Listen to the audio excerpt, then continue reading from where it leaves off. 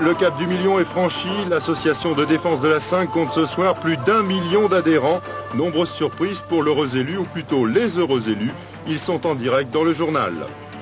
Accord historique entre les dockers et les autorités portuaires de Saint-Nazaire contre l'avis de la CGT. Une première et une sérieuse brèche dans le monopole CGT sur les ports et docks.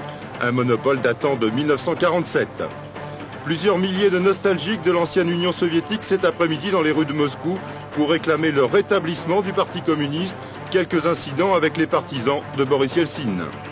Enfin, Jean-Marie Le Pen, invité de notre journal, comme les autres leaders politiques, le président du Front National fera le point sur la 5 à 4 jours maintenant des régionales et du premier tour des cantonales.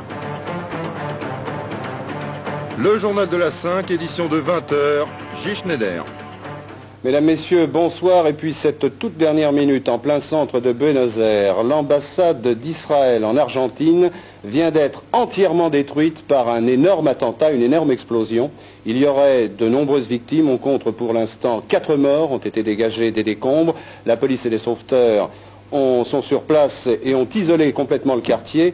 L'ambassade de France est à une cinquantaine de mètres des lieux de cet attentat. Actuellement, nous essayons d'entrer en liaison téléphonique avec l'ambassade. Je pense dans quelques minutes que nous aurons d'autres détails sur cet attentat contre l'ambassade d'Israël en Argentine. Nous y reviendrons en cours de journal.